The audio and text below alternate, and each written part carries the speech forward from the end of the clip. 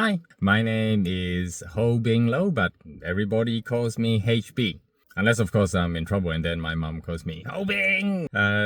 Just here to do a quick introductory video just so that you get a sense of who I am, and I like to really warmly welcome you to the channel. I've often shied away from actually being in the limelight per se and much rather work one-on-one with people.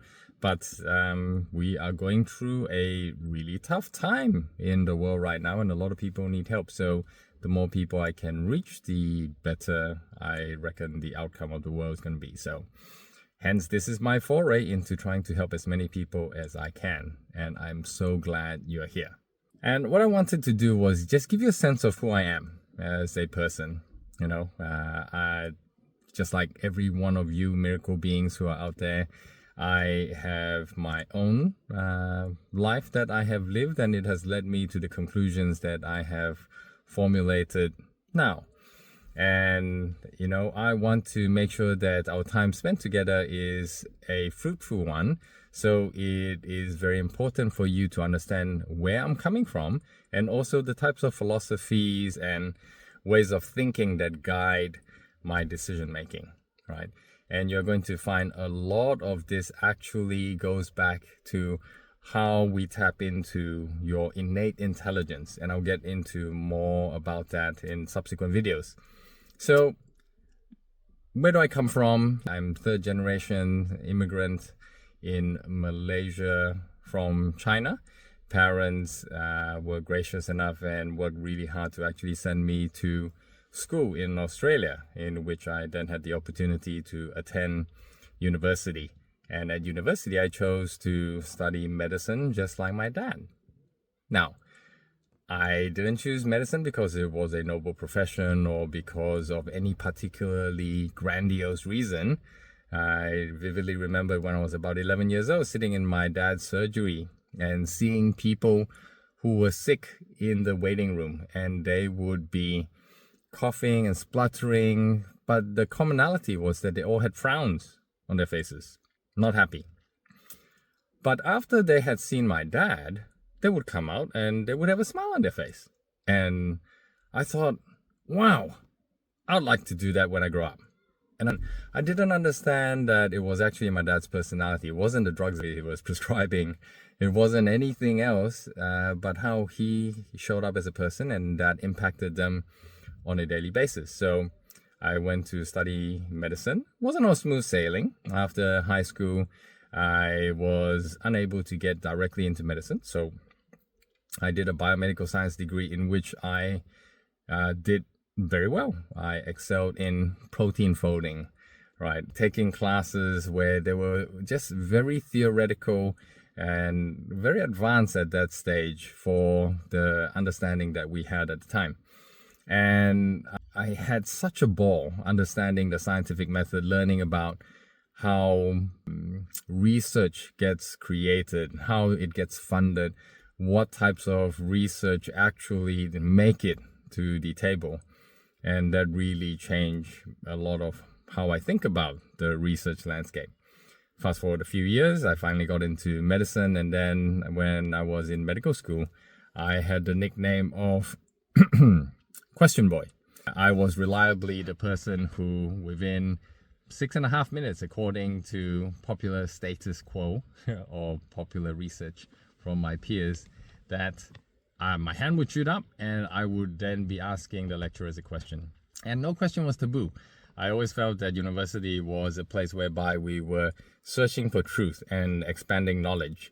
I very quickly found out that lecturers do not like the edge of their knowledge tested. They do not like to have no answer to the questions that students are asking. So I was banned from asking questions, which was, you know, in hindsight, quite a terrible thing to do for an inquisitive mind. And going on from that, then went on a deep journey, which I won't bore you with, but essentially did all the different trainings, and then came out and started practicing medicine. And they call medicine a practice because really it is practicing. We know jack all when we first finish medicine. So we come out with practice on patients and we keep practicing until we get it right. And my patients teach me so much because they are the primary source of knowledge. And my very first encounter with a patient was someone in their 50s who had abdominal pain. They had seen 6 gastroenterologists. They had done all of the different tests, colonoscopies, endoscopies, and then they couldn't figure out what in the world was wrong with them. And they would get these abdominal pains. And so the patient came to me for a completely unrelated issue and then said, by the way, doc, I thought I'd just ask you this question just in case you had an idea or something different to say. And so I said, okay, right, you have this abdominal pain. Didn't seem to have any particular characteristics. So I embarked upon asking questions, just being curious, trying to understand what it is that may be causing this. And I thought to myself, I'm not going to put on my normal medical hat because many people smarter than me have already tried their hand to figure this thing out and they haven't found it. So I decided to just go inquisitively and intuitively and ask them, well, what's the pain like? What actually happens? What do you do around the time when you have pain? Any commonalities that you've seen? Any particular coincidences that tend to occur? And after several questions, the patient said, they don't seem terribly consistent, but at the times when I can see them coming on is when I generally have an asthma attack. I'm like, that's interesting. And when you have an asthma attack, what do you do? They say, I take my puffer. And then after you take your puffer, how long does it take for the belly pain to come on? A couple of minutes. Okay. Well, your mission, should you choose to accept it, is to go home, take your puffer, even though you don't need it, and then see what happens. So patient goes home, takes the puffer, long story short, figure out, wow, it's actually the puffer that causes the abdominal pain. Is this a known side effect that is listed within the drug manual? Not to my knowledge. Have I ever seen it since? No, it was only that patient. They had idiosyncratic, meaning that it's it's just a reaction that they had, right? Little did I know that individual reactions was going to pave the way to me actually unlocking one of the biggest medical secrets in the world. And now I'm going to share it with you. Because there's no secret at all. You just need to listen to your body. Ta-da! But more on that, and you're going to see how that evolves over time, right? Like my second lot of patients that really stick in my mind is a mother who came in and was, again, for her son, was just talking about a viral illness that was happening. And then she happened to mention, look, I've consulted multiple different dermatologists and none of them have any idea of what's going on and what this rash actually is, but can you have a look at my son's belly? I'm like, sure. So I look at his belly and I'm like, it looks completely normal. The skin, like there wasn't anything visual to see. She said, can you just run your hand over his belly? I'm like, that's a bit weird, but okay. So I run my hand on his belly and then it felt like rough snake skin, if that is possible. I know snake skin isn't actually rough, but it had if there were bumps of regular intervals, it would probably feel that way. And so again, not putting on my medical hat because clearly smarter people have tried this and they have not been able to identify what was going on. So I decided, I am not going to do the same thing. So I asked, what foods does your child like that they have all the time? And we got through a few things, but eventually it was like oranges. He cannot survive without oranges. And he absolutely loves it. I'm like, okay. Well, one thing I know about the human body is that everything is energy and everything is involved in either energy expenditure or energy conservation. So his body is needing to take this in, which potentially might mean that there is a reaction that is there.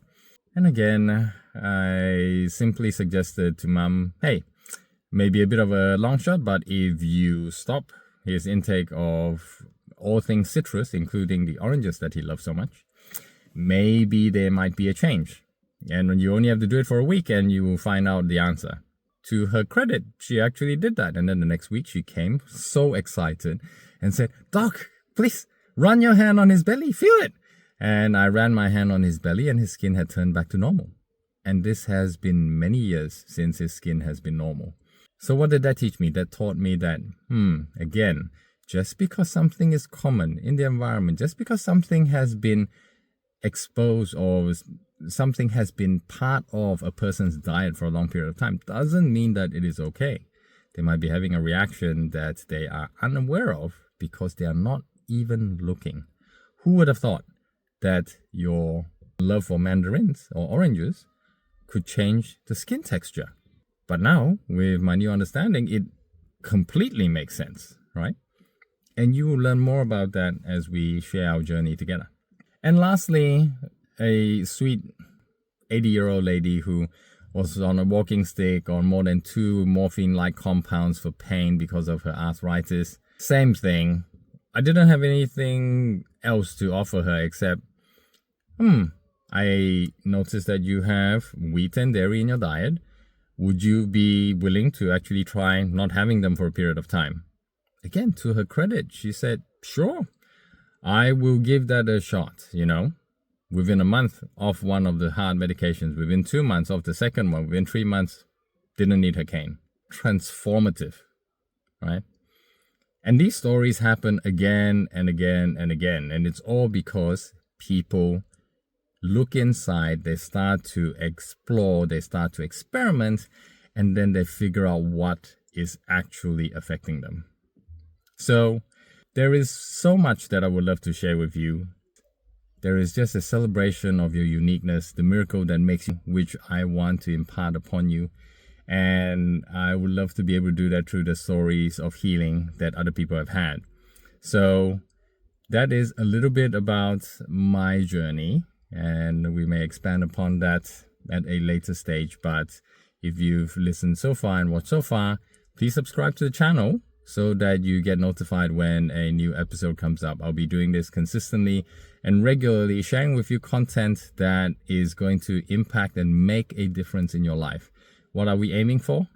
Not just health, not just baseline health, not just optimal health. I'm aiming so that you get exponential health.